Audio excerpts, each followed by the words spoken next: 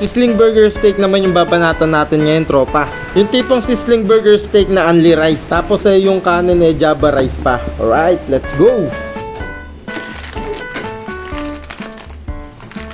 Yung paggawa natin dito ng Java rice simulan natin sa pagsasaing. Kasi dyan ko yan ilalagay yung turmeric powder. Ayan yung magsisilbing pandilaw ng ating kanin. After natin magsaing prepare na rin natin yung pagluluto ng burger patty.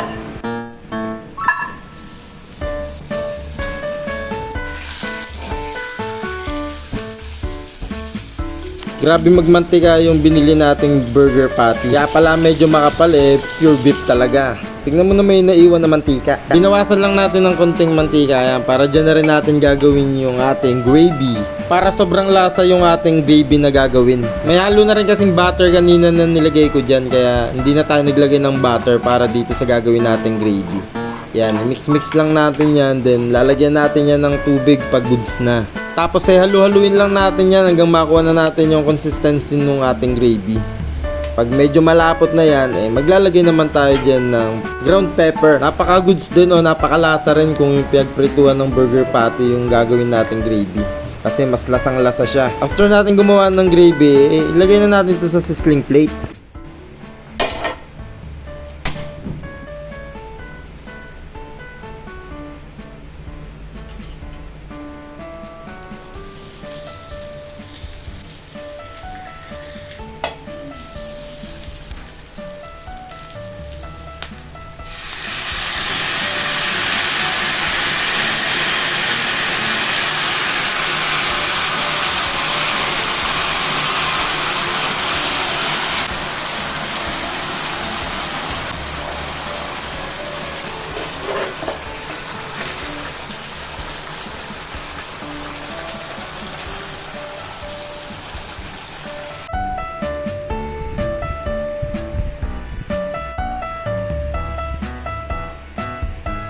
At dadako na naman tayo sa my favorite part. Alright!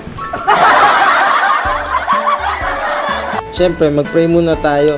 Thank you, Lord, for the foods. Amen. Napaka-goods din ito, tropa. Lalo pag sariling gawa mo lang. Kung ano yung naisip mo, gawin mo. Kung anong gusto mo. Napakadali lang yan. Kaya, i-first bite na natin to. Yun! First bite, thank God daghan. Mapapikit ka talaga sa quality goods nito. Walang iniwan sa mga sizzling only rice o baka mas masarap pa.